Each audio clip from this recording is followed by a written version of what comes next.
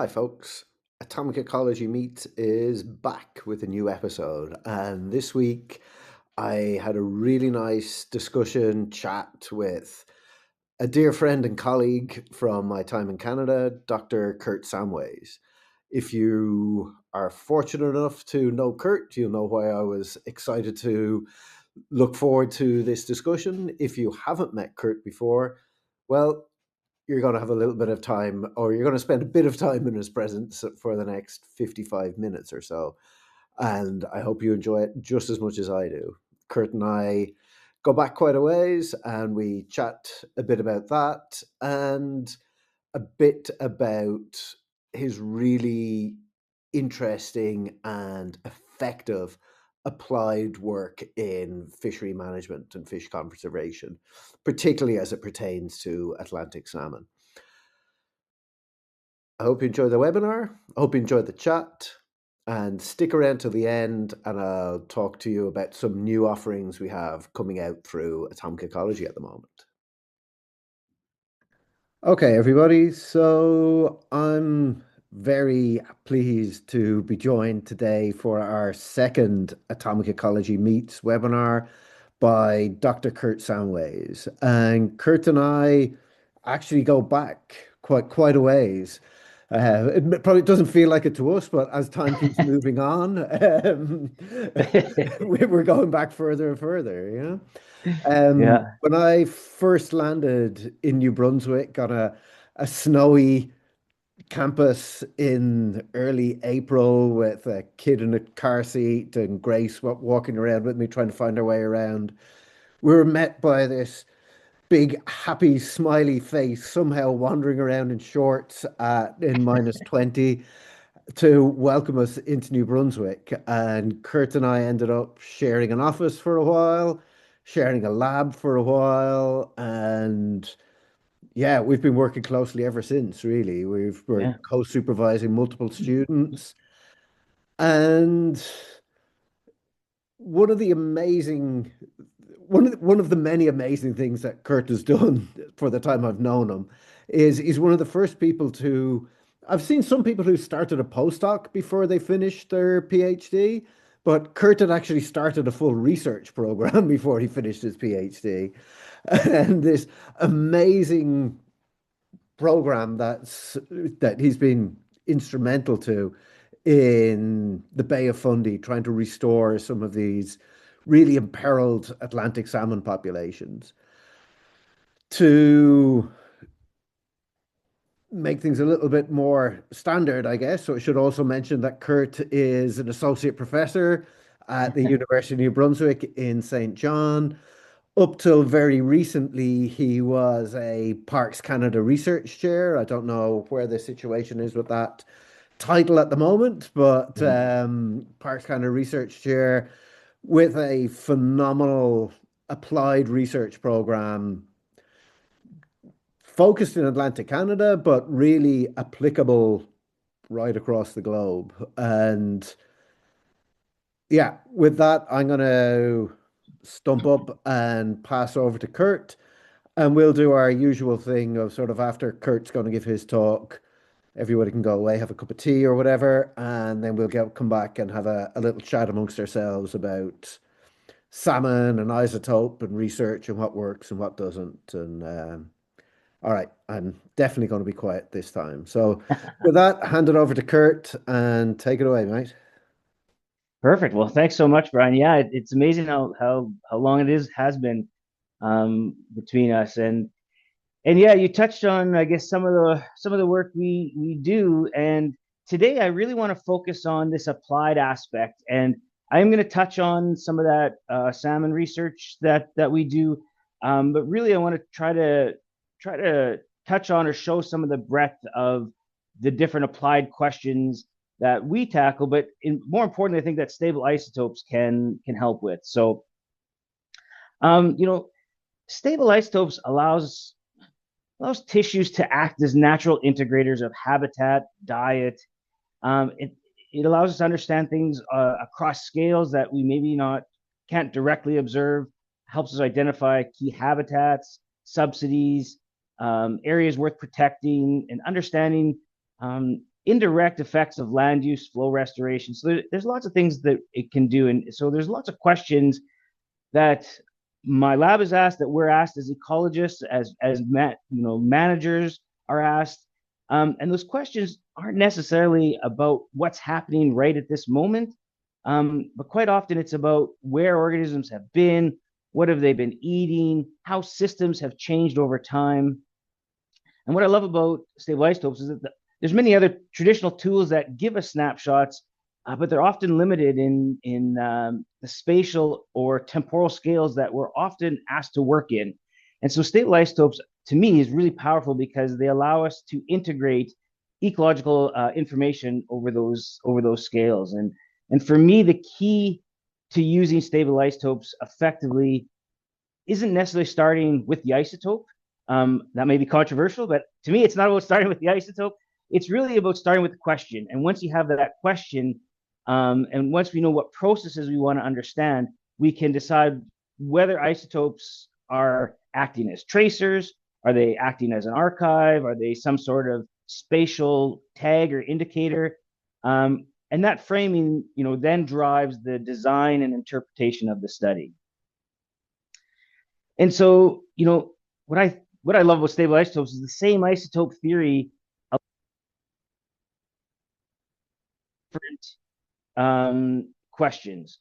So, the difference is how you frame that question. So, at very high level, stable isotopes helps resolve ecological studies in many ways. They can function as ecological tracers of energy and nutrients, biological archives that help to record those past conditions. So, for example, tree rings. They act as these natural geospatial tags linking tissues to habitats. And these are just a few examples. Many of these applications are really a combination of maybe these three scales or three roles and multiple roles.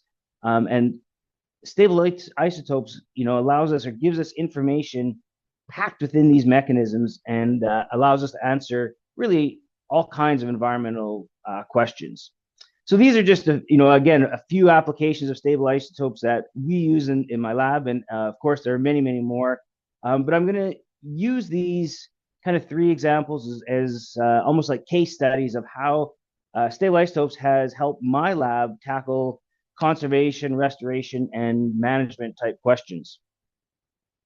So the first one is really about using stable isotopes to integrate ecosystem change over time. And this one is really focused a lot on the Atlantic salmon work that my lab does and that Brian mentioned early on. And so with our salmon program, we are trying to restore Atlantic salmon back to their natal rivers.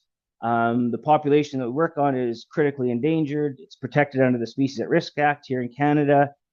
And so we're trying to reintroduce salmon back to their natal rivers. And so one of the questions that I was really interested in, aside from trying to bring back this population, is what are the ecological effects of having salmon back in these rivers that have been lost? Can Atlantic salmon actually restore kind of ecosystem health and ecosystem function that may have been lost when those salmon had been extirpated? And so that's really at the core of it what we're trying to understand with this aspect of the project. And so stable isotopes are really good at detecting ecosystem change because they integrate across variability, right? And so whether we're looking at the effects of dams or ecological restoration, isotopes help reflect functional shifts in energy flow before and after, with some species or without some species. So this is, a simple carbon nitrogen biplot showing some food web components and how they may fit together in kind of isotopic space.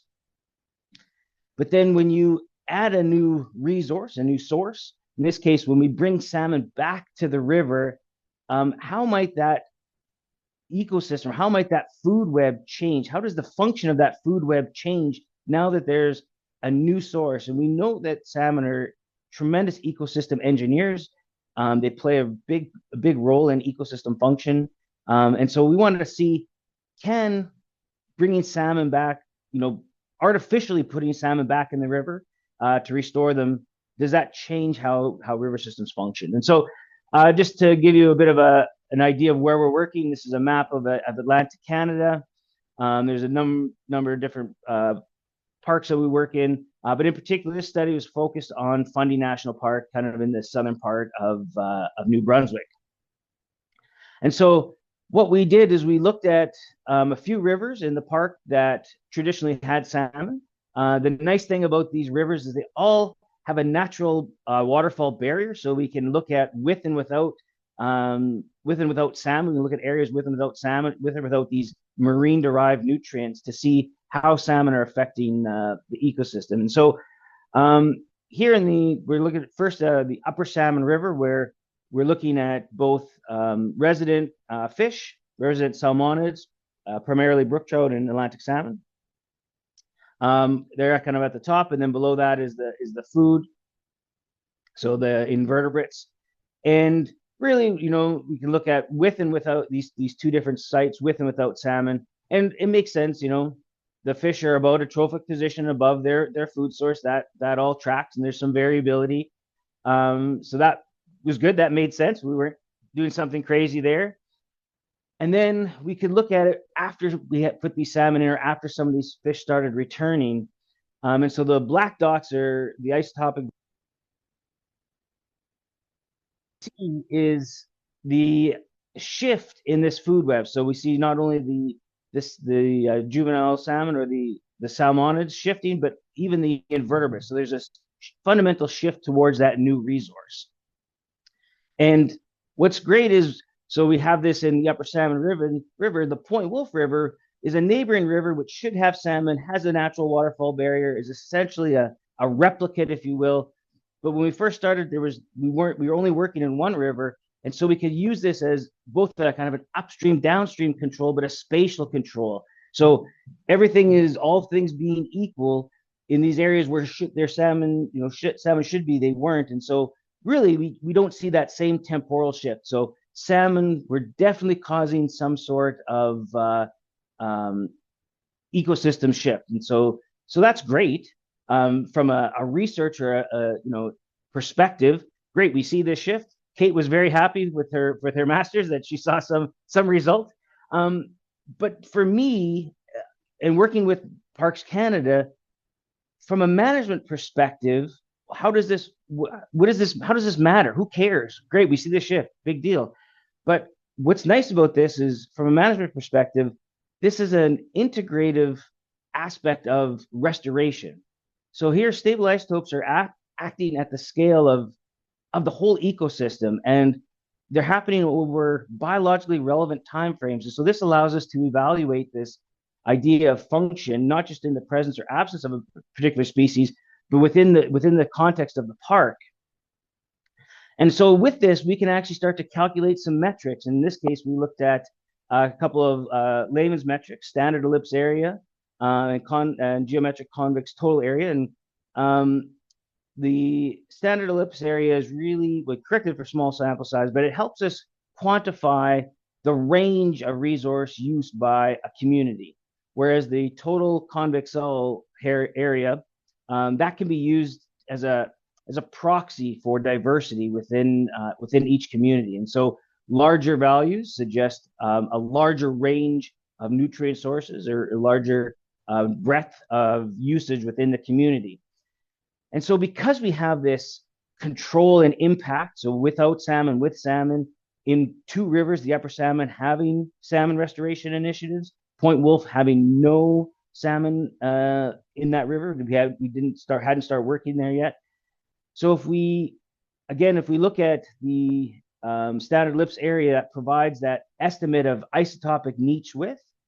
If we look at the change between upstream, downstream, before and after, that provides an estimate of how niche width changes before and after salmon spawning, right? And it helps to account for inherent difference. Oh, sorry, my microphone just died. Can you still hear me? Yeah. You're coming through nice. Perfect. Sorry. Sorry about that. But yeah, so we can start to understand the impact that salmon have. And the total convex hull, again, is commonly used as a measure of community diversity. And this change, this positive change in the upper salmon represents how community diversity is changing once salmon are reintroduced and reestablished in the river, again, relative to these control sizes. So you can see a real positive change in both the standard ellipse area and total convex hull area in the upper salmon river with when we have these salmon. So what? That's great. We were able to figure this out. But from a management perspective, what this now allows is we can now track these values through time. And as a manager, if you're trying to assess the state of your national park, for example, this approach now provides a value of ecosystem health and a value of ecosystem function, which they can now use for long-term monitoring. So here I just used this red, green, yellow kind of assessment of good, maybe questioning or bad kind of ecosystem health. And that's a very common way that Parks Canada uses to assess the state of different indicators. And so from a management perspective, this integrated aspect of overall ecosystem health and function is really important for them. And so stable isotopes, is again operating at this scale of ecosystems, and it's happening over biologically relevant timeframes, which is really important from a management perspective, right? And so this allows us to evaluate this change in function, not just with the presence and absence of a particular species, but how the entire park is being affected by these restoration initiatives. So this has been a long going one. Like Brian said, this is one we started a long time ago, and it's ongoing. So the next one, next kind of case study is to look at this idea that isotopes can start to help us understand these kind of hidden connections across ecosystems. And so isotope data can show whether a system is functioning differently, and maybe not just with or without a species present. And so one of the most common uses of stable isotopes, I guess one of the ones that we use a lot, is to understand food webs and energy flow. And what's powerful here is that isotopes can reveal connections across these ecosystem boundaries that aren't always obvious just from direct observations. And so this is especially useful when we start to couple this, or when systems are coupled together, like aquatic and terrestrial environments. And so this is some work done by a student of Brian and I, Hannah Haynes McDonald. And so one of the fundamental question is, can we use trees as biological archives to reconstruct historical populations, or can we use these to reconstruct or detect fisheries declines or fisheries changes, whether that's because of overfishing or habitat use or dams in Eastern North America? And so, this has been done on the West Coast, but it hasn't really been attempted on the East Coast. And I think probably what some of the main reasons are our anadromous fish, these migratory fish that return, are ideroparous in nature. So they spawn and then they leave and come back multiple times. So less volume of these nutrients per individual, because they're not all dying post spawning. And our forests are relatively young in comparison to the West Coast. And so we don't have that same temporal span that some of those West Coast trees do. But we still want to tackle this, or Hannah really wanted to tackle this. And so the goal of this project was to identify these marine-derived nutrients, and specifically nitrogen, from anadromous fish that were returning to spawn in this river system. So fish like Atlantic salmon, river herring, sea lamprey, just to name a few that spawn in this river. And we wanted to see if we could pick this up in those tree rings, in trees that are adjacent to these rivers. And so again, here's this map just to give us some context of where we're working. And so now we're moving a little bit further down the coast. We're working in the St. John River watershed. And so Hannah, again, kind of picked this control treatment or control impact design. So we had tributaries within the St. John River that had a barrier, so we could look at this without any anadromous fish, but still same geology, still the same forest composition, same climate, because the St. John River is a really big river system. So we have that, and then in this one river, the Oromocto River, where these fish traditionally returned every year to spawn. And Brian, I don't know if you've seen all this data yet, so this might be a little bit new for you, but so in these control sites, we see some variability, but in general, it's relatively low.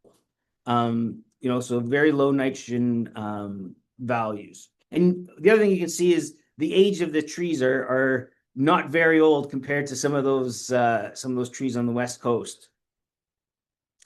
But then if we look at in the treatment site, we see something I think really, really neat.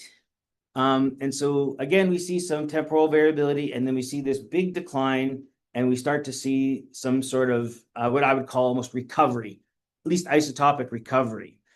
And I think what's really interesting for this site, at least, is that we can start to see some of these anthropogenic impacts. So if I put when the dam was constructed on the St. John River, we see right after that dam, the next kind of decade that we're looking at, it's dropped considerably.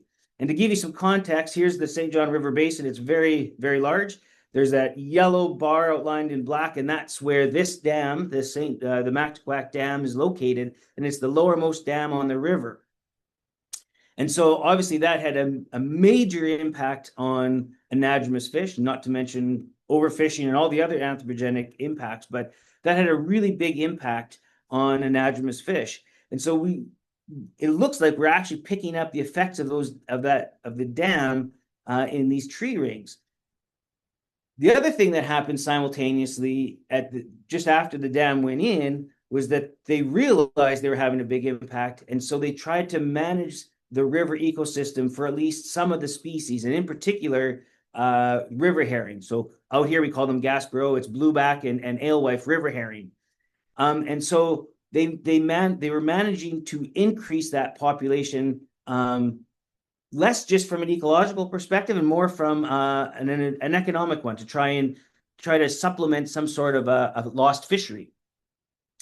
But so we can see when they started operating the fish lift and moving fish above the dam into that head pond, which is ideal habitat for a lot of these river herring. And what has happened is there's been the population of these river herring in particular have undergone a 200-fold increase following the construction of the dam, which normally wouldn't happen, but again, because this active management. And so the population went from an estimated 22,000 in 1968 to over 4 million now. And that number's only going up. And so again, correlation is not causation here, but it tracks the expected trajectory of these river herring. And in this one tributary alone, we're seeing populations in around the 2 million. So that 4.4 million is just that approaches the dam. That's not everything below. So now this one little river, which would never have had 2 million river herring, is now having this recovery. And so even though the other species, salmon and sea lamprey and those other natural species haven't recovered, the population of river herring is really increasing. And we think that's what we're seeing now. We're seeing this kind of ecosystem recovery, which is really cool. Of course, trees are fickle, and not every tree shows this beautiful same pattern. But what we are seeing is when we start to look at this, generally we see this increase over time. So there's lots of temporal variability, but we see this increase of nitrogen and through time, and we suspect that this again is because of these marine-derived nutrients. So this has made Hannah and myself and now Brian very happy that not only does she have results, but she's got some positive results, and things have kind of worked out. All right, and so we're gonna move or switch a little bit, I guess, in the applied nature of stable isotopes, and kind of look at this from an idea that, you know, tissues, organism tissues, um, carry all kinds of information about where they have been or where they have come from. And this is, I guess, really important in the context of uh, this became part of a court case. So a number of years ago, a fisherman was caught in possession of an Atlantic salmon in a region where there is no retention. There's only catch and release. That is not a picture of him. That's just an archive photo of someone catching a salmon. But it represents this idea that someone was caught in possession, accused of poaching the salmon. And so he claimed that he purchased it from a grocery store. And so the question became, what is the origin of that salmon? Was it actually a wild salmon that was illegally caught? Or was it a commercially grown fish that was purchased and therefore legal to possess? And so I was asked by the province to help determine what the origin is. Traditionally, you would use, kind of the traditional morphometrics or, different metrics. So distinguishing marks, in this case, you may see that this salmon has some very distinctive lines on it, which is common in a fish that's been caught in a net. Overall condition, this case, it was a mature female, which is not common in aquaculture, but can happen, as can net marks, because fish are held in nets. Scale growth patterns, again, aquaculture fish typically have different scale growth patterns than wild fish. But one of the problems with these traditional metrics is they're based on interpretation.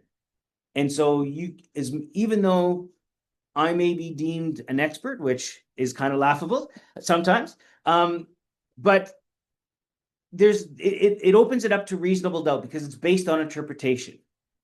And so one of the other ways that I wanted to try to determine the origin of this fish was using stable isotopes, and particularly the stable isotopes of the scales. And so here's the map. Here's just to give you an idea where we're working now. Here we're working in the Miramichi River system, so kind of towards the northern part of the province. And just to give you some context, here's where the bulk of salmon aquaculture occurs in New Brunswick. So down in the southern part in the Bay of Fundy. And so took these salmon scales, and I got some representative scales from various other sources. So here again, we have carbon and nitrogen biplot. So looked at wild salmon from the Miramichi River to say, okay, where are these wild salmon? What do they look like isotopically? And then, of course, we have our commercial fish. So most of the salmon sold commercially in New Brunswick, especially fresh, comes from that region of the Bay of Fundy. So you can say, oh, okay, here's what aquaculture fish look like, commercial fish look like. And just to do due diligence, because there is a salmon hatchery in the Miramichi region, and so they couldn't say, oh, it came from a hatchery and therefore it's not wild. We looked at what the hatchery fish look like isotopically. So it worked out really nice that these three groups of fish were so spatially unique. And so then we could look at the suspected poached salmon. This is the seed salmon, and there's where it sat. And so there was no doubt in the prosecutor's mind now, based on not only all of the traditional metrics of everything pointing to it being an illegally caught salmon, but this was really that nail in the coffin, and what made them decide that they were going to fully prosecute and there would be no deals. And in fact, this is what I guess, unfortunately for that gentleman, got him charged. So, but yeah, so these spatial signals have all these different applications beyond basic ecology, right? They can provide this independent lines of evidence about origin or movement, that that really complement these other types of data sources, and it really makes them useful in these applied contexts. In this case, enforcement or conservation forensics. And the only other thing I will say about salmon scales and migration is that I believe there's an upcoming talk with a future doctor, Emily Wiggum, again, a student of Brian and mine, who will be defending very soon. And she did her PhD looking at migration using salmon scales. And so that's a shameless plug for Emily, but it really is a very cool data set. So if there's a takeaway, I guess, from today is that stable isotopes connect space, right? Landscapes, habitats, geographic gradients, they connect time, whether that may be diet history, seasonality, life history, turnover. They connect ecological processes, whether that's trophic interactions or energy flow, resource use. It connects these things in space and time and process in ways that few other tools can. And they help translate this idea of organismal tissue into information about ecosystems. And to me, I think that's what's fascinating and makes them so particularly well suited to these management relevant questions. You know, stable isotopes don't just tell us about the organism, they tell us what they've experienced. And to me, it's that kind of lifetime experience which allows us to address these ecological and environmental issues. Um, Originally, my title of this talk was Tissues to Organisms, and and as an applied ecologist, I think maybe a better title would have been, from tissues to decisions, because using these natural tracers can be extremely beneficial to inform real decisions. Um, Stable isotopes turn kind of organisms and biological materials into natural recorders of ecological history. And as we start to combine stable isotopes with other approaches, their value for conservation and management will really only increase.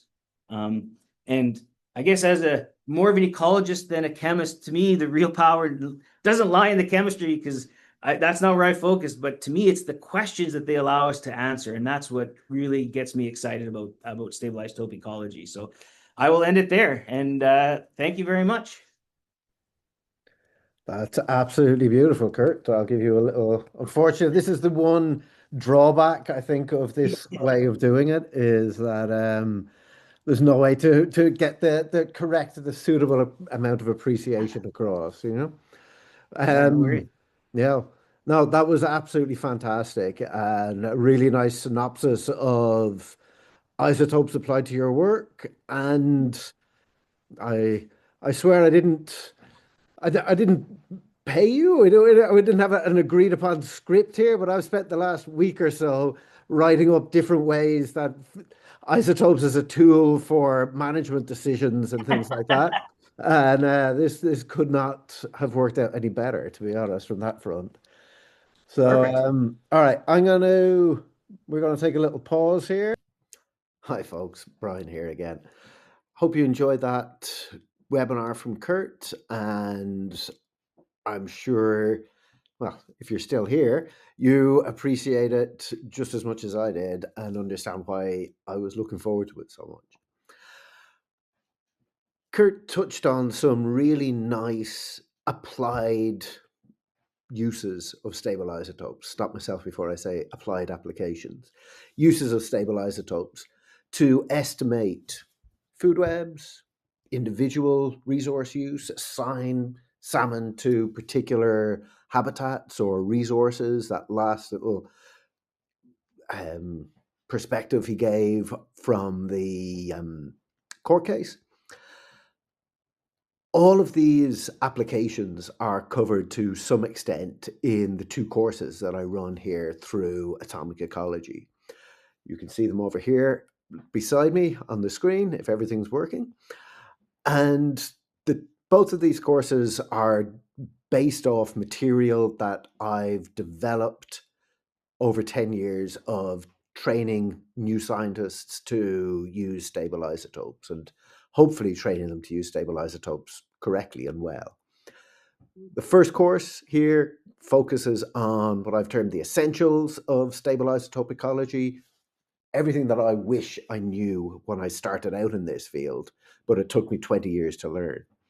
The second course is really getting into the nitty gritty of data analysis with stable isotopic data, how to handle the data, how to know your data are robust, how to do the various different models, estimates of food web area, all that type of stuff that Kurt talked about, and also a bit about how to interpret the results. Yeah, because when you get your data back and you get the results back, it's then up to you as a scientist to give an advisor or an agency your interpretation of what these data mean. And that's the important part. And if you want to know how to do that, sign up and take the course. There's a couple of promo codes out there. ISOFISH25 will get you 25% off. But also remember, once you've signed up for one course, I automatically give you a 50% discount on the second course. Yeah, because I really do advise these two courses are best when taken together. Okay, I'm going to leave it at that. And let's get back to my chat with Kurt. I hope you enjoy it. All right, welcome back, everybody. And as you can see, I'm still here and still chatting away with Kurt. We took a couple of minutes out to talk about the research that Kurt just presented, and we probably shouldn't have stopped the recording for that, but here you go. We're all learning, you know. I guess, Kurt, I wanted to, like, as you with the idea with these atomic ecology meets is to sort of talk about applications of isotopes and why we all love working with isotopes and a bit about why we hate working with isotopes. But really to get at, or a big part of it as well, is to get the story behind the people who are doing this, you know, that I find often when we're at webinars or when you're at a seminar or at a conference, everybody's kind of presenting their coolest, newest research. And that's why we're there. But sometimes we miss the stories around the people and who the people are that are doing this work and the motivations behind the people. And particularly for newcomers to the field or students starting out in the field, it can be quite daunting because they're not we know how we got where we are because we just kind of flailed around and kept doing the wrong thing until eventually somebody gave us a job, you know. But that pathway isn't always clear to people, and that's maybe part of what I wanted to spend a bit of time talking about. So I Mhm. wonder, could you give me just a little bit of a background on how does one become a Parks Canada chair? Well, I guess you kind of nailed it on the head. You kind of flail about and you Yeah. fall into it. So it was during my PhD, I gave a talk at a like a local watershed kind of meeting, um, about the work I was doing. And my PhD was really trying to understand how these anadromous fish, these migratory fish, when they come back, when they come back to spawn, they're bringing these nutrients that they acquired in the ocean with them. So they deliver them, whether they're, with their during spawning through gametes, their excretions, and some of them die. They're not obligate like Pacific salmon, but many still do die. And so combined, they're these nutrient subsidies. But given that it's such a different system than the West Coast, we Mm, want to understand how, and we have so many different species. There's 13 different anadromous species here. So how how does it what role do they play in driving for kind of freshwater productivity? And so looked at a number of species, and I was presenting on some of this work showing how in particular salmon and other species, when they come back, how they um, increase primary productivity, and how that productivity is then translated up into the invertebrates and then into the resident fish. And and so I was able, it's easy to go in and measure biofilm and sizes of fish and invertebrates, but it was stable isotopes that we used to demonstrate that these changes, these nutrients, were getting into all these different trophic levels. So we mm, were able to say, yep. when you have salmon or when you have a river herring or whatever it may be, you get more algae, more slimy stuff, more bugs. You have more fish or bigger fish, better growth. And it was isotopes that showed that link. And so I was presenting this at a conference, and a gentleman who worked for Parks Canada was there, and he said, "I've got a crazy question for you. If I was to put adult salmon into our river, would that be beneficial to the river environment or would it be bad?"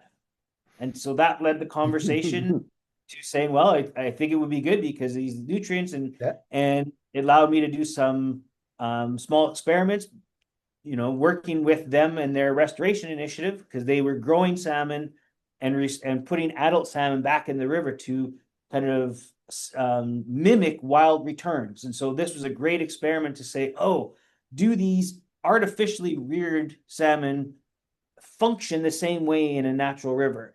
And so that's what I was really interested in. And from there, like you said, it kind of built a little Yeah. research program while I was finishing my PhD. And yes, that's how I got involved in it. Superb. Yeah. And like you've shown a bit of the isotope data here around the the benefits we can see from a nutrient dynamics perspective, yeah. But can you talk a little bit around that program around that fundy salmon recovery, um, the mechanisms, like what you guys are doing? Because I'd never heard or seen anything like it. And anytime I've Yeah. talked to you, it's like, oh yeah, we've got more fish again this year. But where's it at? Yeah. Yeah. Um, so I guess when I got involved in the project, there was no salmon returning to the river. Mm, No natural returns. And so basically, what the program did and still does, is it collects some of those migrating juveniles, the smolts, the kind of the teenagers, if you will, when they mhm, leave the river. We collect a portion of them and we take them to a marine conservation farm. So we established the world's first marine conservation farm for wild Atlantic salmon. It's in the Bay of Fundy, on the island of Grand Manan, and so we grow them in a modified aquaculture setting, but it's very, very different. We have different rules, legislation, health testing, all kinds of different things. But the idea is just to help them survive the ocean until they're adults and put them back. And so some of the research that went into kind of piloting this, that Corey Clark did with Parks Canada, was to show that the earlier a fish sees a river, there's an increase in lifetime fitness, mhm, right? So you release a fish as a smolt, it'll do okay. If you release it a year earlier, it does a little bit better. If it, fries better. And then if mhm. a fish was actually born in the river, it does the best. So assuming it survives, it does the Hmm. best. And so that's where this came from, was how do we get more eggs into a river? How do we have more wild hatched fish? And obviously adult salmon know how to do it. They've evolved how to do it. And so it's kind of that age old question. How do we get more salmon in a river to have more salmon? And that was kind of how I came in very late. They Yeah. figured it out, was to basically help them bypass that at sea mortality, but also allow those juveniles to grow up in a river under the natural environmental pressures at the most critical developmental Mm. stages. And that, I think, is the other big part of that. Um, No, yeah, so we collect fish, take them there. They stay there for 1 to 2 years. Once they're mature, we put them back in the river. And um, the data I showed was from a little bit earlier on, before we started working in both rivers. But now we put mm, on average about 1,000 fish annually into the river each year, and the numbers of fish coming back have only been steadily increasing. So great. we're back to about 100 returns each year over the last few Fantastic. years, which is Yeah. really good Yeah. considering Yeah. in Yeah. 2015 we had Unlucky. zero.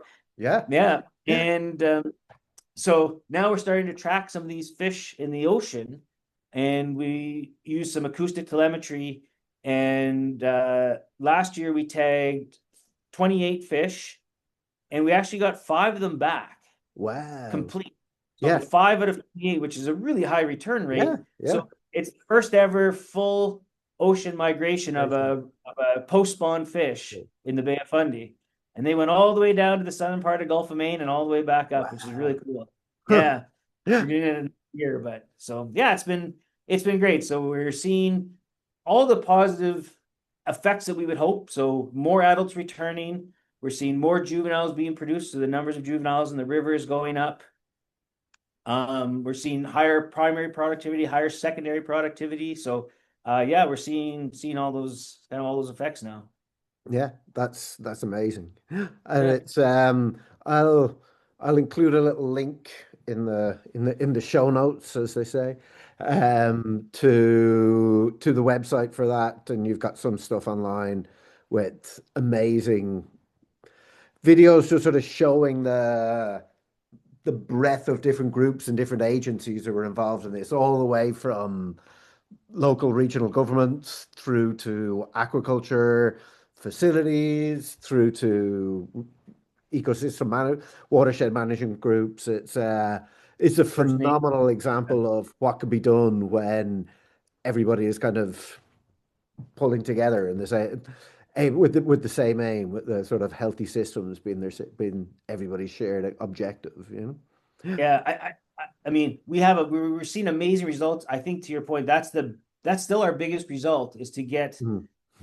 two different federal departments, provincial government, industry, NGOs, academia, First Nations, local groups all together to Yeah, work on the same thing. Whew, that's yeah. amazing. That is amazing. You know, that's the power of salmon, you know. Even Yeah. hey, even I'm starting to get even I'm going to turn into a salmon convert here.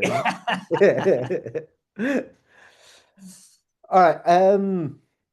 So anybody who sort of spends time on the website or doing my courses and things knows that I always use fish as the model organism to understand how, what the mechanism through which all of these things work. But I'm sure there are going to be people out there who are not fish biologists who have somehow stuck around for 55 minutes and still listening. Um, can you explain a little bit around what you think the mechanism is between more adult salmon in a system and changing the biochemistry or biogeochemistry of the invertebrates right the way through to the trees, you know? Like, Yeah. okay, we're seeing this. You've talked a bit about we're seeing it, so what? Well, Yeah. you've talked a bit about sort of what it means, the fact that we're seeing, but why are we seeing it? How on earth are nutrients getting from the salmon into a tree Yeah. ring, yeah, or a Gaspereau, as it may be, into a tree ring? Yeah? Yeah.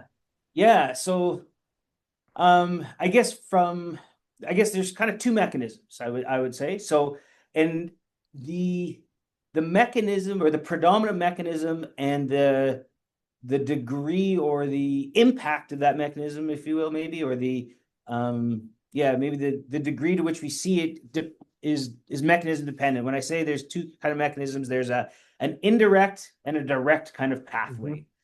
And so when these fish come back, um, they come back in the river, they hang out for a while before they spawn. Some of them it could be a short period of a couple weeks. In Mm. the case of salmon, it could be months. But when they come back, they're not feeding. So they're only metabolizing and excreting. And so when they're doing that, they're releasing these very biologically available dissolved nutrients. And those nutrients, so we're talking dissolved nutrients that are really easy to be taken up by plants, algae, but also the trees. And so that's why we're looking at trees that were, Yeah. near shore. Um, and so you have these dissolved nutrients in the water that are taken up. And so that's how we see it in the primary productivity, the algae, but that's how we're Mm. seeing it in the trees. So they're taking up water because those roots are extending into the river or into the substrate, and they're picking up those nutrients, at least as Mm. best as we can tell. So we have this indirect pathway. And so while you're in the river, then there's this kind of trophic transfer. Some of those invertebrates eat the algae, some other invertebrates eat those invertebrates, Mm-hmm. and then they get into the fish and so on. And so you have this kind of trophic transfer.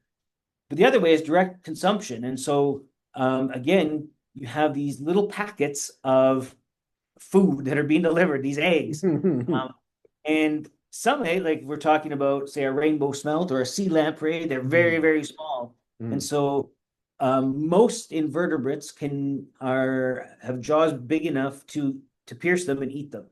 So many invertebrates will feed on them directly.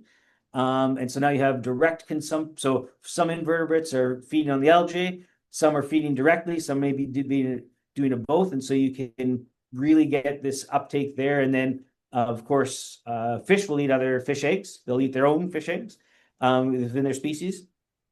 And so you get this direct consumption there. And then, of course, some carcasses that are there will either be consumed, or now they're going to break down and become dissolved nutrients. And so you kind of have this direct and indirect pathway to linking these ecosystems and for these nutrients to get through and how they're transferred. The other way that we started to look at, we want to do some more, but is through emergent insects. Right? So most of these aquatic insects, they're just at the aquatic phase, but they have a terrestrial life stage. And so we started looking at this. It was just a kind of a project for a class, but what they found in at least some of these invertebrates is that they were enriched in the river because they had these nutrients. And then when they emerged, their chrysalis, their case was there. We could look at theirs and they were depleted, but anything we caught that was flying around terrestrially was also enriched. So there's another terrestrial link. But again, we have a lot more work to do there, but we're starting to see those images as well. So that's amazing, because you've got all these little brown bats and the bat populations in the park as well, you know. So potentially you can get that transfer from salmon right the way through and out of the stream. Yeah. And I mean, not to mention just the other larger predators that we see around. We found carcasses or tags from our fish kilometers inland that animals have dragged. We found them in dens. We've seen bald eagles be eating them. So even mink have come in and stolen out of our fish traps. So yeah. A little both. Everybody, well, everybody likes that. Everyone's got to eat. It's dinner time all around. That the bell has been rung, you know. Exactly. Yeah. Okay, one last quick question before I let you go. Yeah, is what's next, I guess, and you kind of touched on it a little bit there, or sort of where do you see this going in the next, without sort of giving away the secrets of your next big grant application, but sort of what's the next area that you're interested in exploring into with this? You know? That's a great question. I guess I would have to say there's kind of two that I'm equally interested in. One would be to continue this kind of aquatic terrestrial link and start to look at some bats, mammals, and things, and seeing maybe to what degree, what is the spatial extent of these of the impact of these fish? Is it just local to the river, right to the riverbank, or is there some other spatial subsidy there? And then the other is, I think, to couple with some of Emily's work in using kind of migration and returning fish to start to get at condition and, what are they doing that's different, and what does that mean in terms of their ability to return? Coupling it with this other telemetry work that we're doing to say, okay, we know what you were like in the river. And now we know where you were in the ocean, and now you've made it back. And how does that map out, not just because of receivers spatially, but how does that map out isotopically, and what might that mean for resources and that kind of stuff? So to me, that's the next kind of two pieces yeah. that I'm really interested in. No, I think there's huge potential there. I think if we can combine that almost to better inform what this isotope value means. Yeah, Yep. because it's I don't want to say it's still a big black box, but there's definitely still a big black box there. It's Yep. getting smaller, but Yeah. the more of that data that we can say, okay, well, this is what this fish has been doing for the last 12 months, and that's reflected in this isotope value. The Yeah. more of that we start getting in, then that really starts to bring about a really powerful tool that we can keep making that black box smaller and be more confident in either our decisions or the advice that we're giving to the people who make the decisions to smoothly wrap this back to management decision making again, you know? Yeah. No, absolutely. Yeah. Yeah. No, so Fantastic. that'll be the next, that's the Yeah. next Yeah. No, that grant sounds great. application. Yes. Yeah. And yeah, watch this space for Kurt mentioned Emily Wiggum, who's just completing, about to defend a phenomenal PhD thesis in Yeah. UMB. And once she gets that over her belt, then, or under her belt even, then she'll have the real challenge of being invited along here to chat about it for a little while, you know? Yeah. All right, cool. I'm going to leave it there. I'm going to say thanks a million to Kurt for taking a bit of time out of a ludicrously busy schedule to stop by and have a chat. And yeah, we'll see you. See you all soon. I know Kurt and I we're going to be on a call again next week, so I'll see him Yeah. very soon. But Yes. all right, listen, thanks a million, Kurt. Very much Absolutely. Anytime. appreciated. It was All right, great. cool. I'm just going to stop the. Okay, that's a wrap, I guess. Thanks for sticking around. I hope you enjoyed that. I hope you learned something from it. Before you go, I just want to draw your attention to a couple of new web pages up on the site at the moment. The first of these deals with applications of stable isotope into fishery management. Yeah. If you've been tagging along and enjoying what you've seen up to now and want to apply it to your own systems, this is a really good starting point for folks who know their system, know their questions, are interested in the tool, but really want to know how to get started. The second of these web pages deals more so with nitrate and how to use stable isotopes to identify point sources of nitrate pollution and potentially, and in fact, to trace that right back to the initial sources. So, two website pages there. Have a look, user guides, get yourself familiar with them. As you've read them and realize that there are things you don't quite understand yet and you want to start applying them to your system, get in touch, drop me a line, and we can get you working on the right track before you start making some mistakes. Because if it's the first time doing this, you're going to make mistakes. So get in touch. Let's figure this out together and do some good science. See you later.